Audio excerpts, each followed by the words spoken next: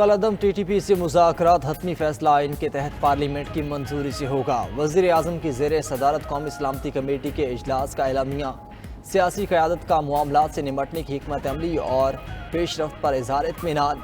इजलास में पार्लिमानी जमातों के सरबरा, विफाकी वज़रा, अस्करी क़यादत और दीगर हुकाम शरीक हुए। अफ़गानिस्तान की सूरत हाल, कलअदम TTP से मुज़ाकरात और दीगर उमूर पर ब्रीफिंग।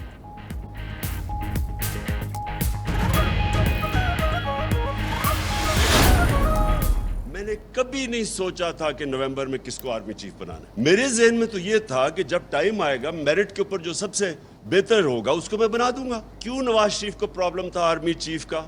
क्योंकि नवाज शरीफ के चोरी का पैसा उसका इतना ज्यादा था कि वो चाहता था फौज को कंट्रोल करना। क्या हमारे इंटरेस्ट में है कि हम बेसिस दें अमेरिका को? ये जो सेटअप है इसको लोगों को हजम करवाने के लिए जो जो कदम उठाए जा रहे हैं ये असल में पाकिस्तान की डिस्ट्रक्शन है। कभी नहीं सोचा था नवंबर में किसको आर्मी चीफ बनाना है। साबिक वज़ीर आज़म इमरान खान का सेमिनार से खिताब। कहां समझते थे वक्त आने पर जो मेरिट पर आएगा उसे आर्मी चीफ बना देंगे। उन्हें अपना आर्मी चीफ रखने की जरूरत नहीं, उन्हें अपनी चौरी नहीं बचानी। न्यूट्रल को समझाया था साजिश रोके वरना माशरे अदम इस्तेहकाम होगा। उन्होंने आकर वही कुछ किया जिसका अंदाजा था। 1 साल पहले ही अंदाजा हो गया था, साजिश शुरू हो गई है।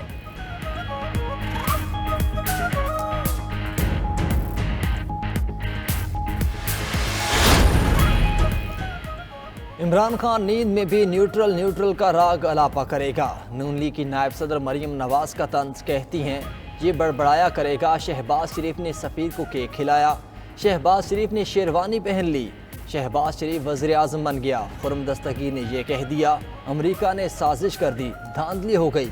मजीद लिखा इमरान खान की जहनी हालत पर तरस आने लगा है।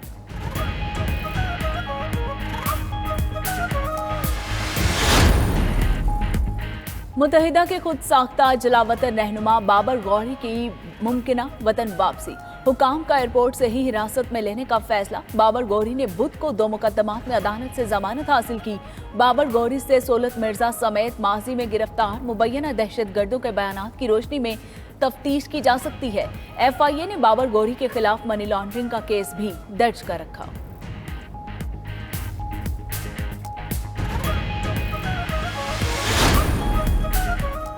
इटली की मुसल्लह अफवाज के चीफ ऑफ डिफेंस स्टाफ की अस्करी क़यादत से मुलाकातें। ISPR के मुताबिक बाहमी पेशा वाराना अमूर, सिक्योरिटी और दिफाई तावन मजबूत बनाने पर गुफ्तगू।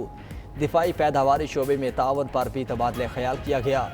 एडमिरल गोएस्पे का इंसदाद दहशतगर्दी की जंग में लाजवाल कुर्बानियों का एतराफ़।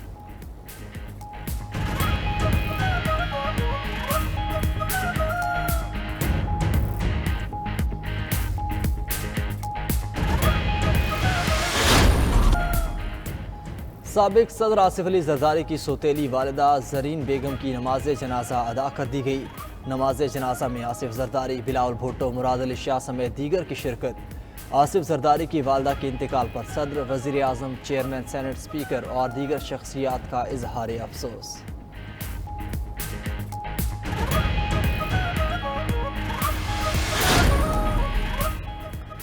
लंदन में सीवरेज लाइन से पोलियो वायरस मिलने का इंकशाफ। वायरस शुमाली लंदन से ताल्लुक़ रखने वाले कुछ अफराद में फैल चुका।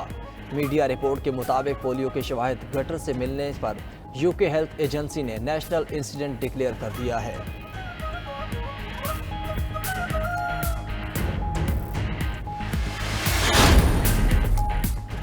आलमी मार्केट में खाम तेल की कीमतों में कमी का रुझान। अमरीकी खाम तेल की फी बैरल कीमत $102 हो गई। बरतानवी खाम तेल की फी बैरल कीमत $108। आलमी मार्केट में मलेशियन पाम ऑयल की कीमत कम हो गई। मलेशियन पाम ऑयल की फी टन कीमत में $117 की कमी हुई। पाम ऑयल की फी टन कीमत $1065 पर आ गई।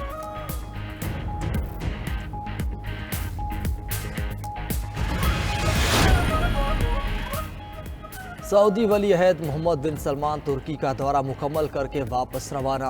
अंकारा में सदर उर्दवान ने इस्तकबाल किया।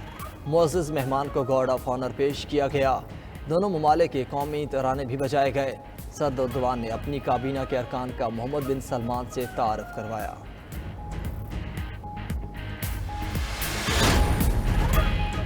बुल्गारिया की पार्लियामेंट में हुकूमत के खिलाफ तहरीक अदम इत्तेमाद कामयाब। 6 माह कबल इक़्तिदार संभालने वाले क्रेल पेटकोव का इक़्तिदार खत्म।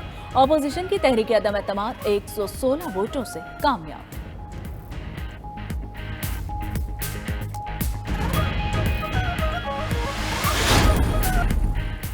दौरा श्रीलंका के लिए पाकिस्तान के 18 रुकनी टेस्ट स्क्वाड का ऐलान। मोहम्मद नवाज, यासिर शाह और सलमान आगा की टेस्ट स्क्वाड में वापसी। सरफराज अहमद भी टीम में बरकरार। बाबर आजम कप्तान होंगे। पाक श्रीलंका 2 टेस्ट की सीरीज का पहला मैच 16 जुलाई से गौल में खेला जाएगा। दूसरा टेस्ट कोलंबो में 24 जुलाई को शुरू होगा।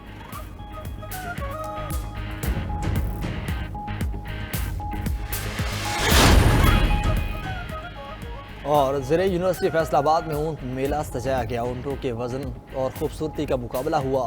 35 मन से ज़ायद वजनी ऊंट शेर दिल ने मैदान मार लिया। दूसरी पोजीशन 1361 किलो वजनी नवाब शाह, तीसरी पोजीशन 1280 किलो वजनी शेरू ने हासिल की।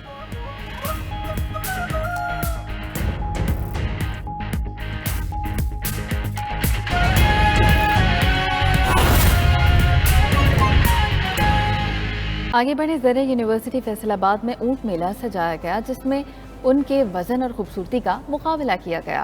आपको बताएं कि जिसमें 35 मन से ज़ायद वज़नी ऊंट शेर दिल ने मैदान मार लिया। मजीद बता रहे हैं शाइस्ता शेख। ज़िले यूनिवर्सिटी के नेजाबाजी ग्राउंड में सजा ऊंट मेला, जिसमें जानवरों के शौकीन कुर्बानी के लिए प्यार, मोहब्बत और लाड से पाले गए ऊंटों को लेकर मैदान में उतरे। छोटे मुंह, लंबी गर्दनें, ऊंची कोहान, सजे सवरे, इतराते बल खाते और अपनी ही मस्ती में मगन काली जुल्फों और कजरारी आंखों वाले ऊंटों को जब वजन कुंडे पर उतारा गया तो इनकी तेज धाड़ ने इनको बारोब बना दिया। मुकाबले में भक्कड़ से लाए गए भारी भरकम 1417 किलो वजनी 5 साला शेरदिल ने पहली पोजीशन हासिल की। मुकाबले में दूसरी पोजीशन लेने वाले 1361 किलो वजनी नवाब शाह, जबकि 1280 किलो वजन के साथ शेरू ने तीसरी पोजीशन हासिल की। मेरा ऊंट जो फर्स्ट पोजीशन पे आया है वो मेडेचा नस्ल का ऊंट है और उसका वजन 1417 किलो हुआ है और वो ऊंट जो है उसका कद तकरीबन 10 फुट ऊंचा है। दुनिया का सबसे बड़ा ऊंट है। ये सेकंड पोजीशन में आया है। इसका वेट जो है वो 1361 केजी हुआ है, 1361 केजी हुआ है। ये सेकंड पोजीशन में आया। सहराई जानवर के मुकाबले हुस्न में जेवरात पहने सजे सवरे, नखरीले और शर्मीले ऊंटों समेत वजनी जानवरों के मालकान में भी 2 लाख से 26,000 तक के इनामात तकसीम किए गए। सहराई जानवर के वजन और खूबसूरती के मुकाबलों से जहां देखने वाले महजूज हुए, वहीं कुर्बानी के लिए इन पर की गई मालकान की मेहनत भी साफ दिखाई दी। कैमरा में जाहिद मलिक के साथ शाइस्ता शेख, 92 न्यूज़, फैसलाबाद। दूसरी तरफ माशी तज्जियाकारों ने IMF के साथ मुआहदे को खुशाइंद करार दे दिया है। तज्जियाकार कहते हैं कि हुकूमत को आते ही IMF से रुजू करना चाहिए था। ताख़ीर की वजह से पोजीशन कमजोर हुई।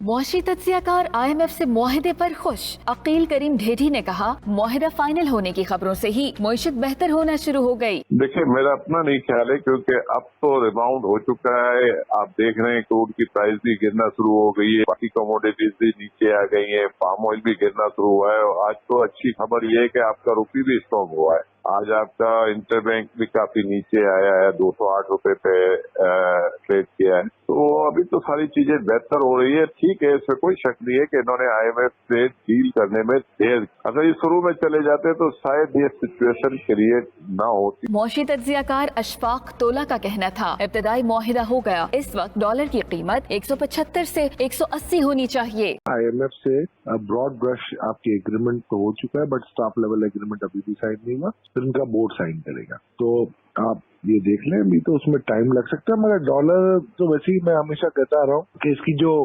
रियल कदर जो आपकी बन रही है वो 180, 175, 180 से ऊपर नहीं होनी चाहिए। मगर ये आपको पता है, जब मार्केट में इस किस्म के हालात होते हैं तो सट्टेबाज भी फायदा उठाते हैं, एक्सपोर्टर भी अपना डॉलर नहीं लेके आएंगे, तो काफी इन किस्म की चीजों में इशू आते हैं। बाकी वैसे और साबिक चेयरमैन FBR शब्बर जैदी ने कहा, हमारे पास IMF से रुजू के सिवा कोई चॉइस ही नहीं। अगर IMF के साथ उनका एग्रीमेंट नहीं हो रहा, या IMF बहुत सख्त चीजें चाह रही है, तो गवर्नमेंट जो चाह रही है वो करें। अब ये नहीं हो सकता कि गवर्नमेंट ये कहे कि जी हम नेगोशिएट कर रहे हैं और कंटिन्यूसली उससे नीचे पोजीशन जाती जा रही है। और मेरा अपना ख्याल है इनके पास चॉइस नहीं है। तो ये मेरा ख्याल है ये सियासत को देख रहे हैं अपनी, तो मेरा जाती व्यू है कि अगर इनको वैसी भी समझदारी है और ये मुल्क के लिए बेहतरी चाहते हैं तो इनको चाहिए कि रिजाइन कर दें और गवर्नमेंट छोड़ दें और केयर टेकर को आने दें। तज्जियाकारों का कहना था कि मईशत तो बेहतर होगी, ताहम हुकूमत को मजीद टैक्स लगाना पड़ेंगे। माहिरीन ने चीन के साथ मुआहदे को भी खुशगवार हवा का झोंका करार दे दिया।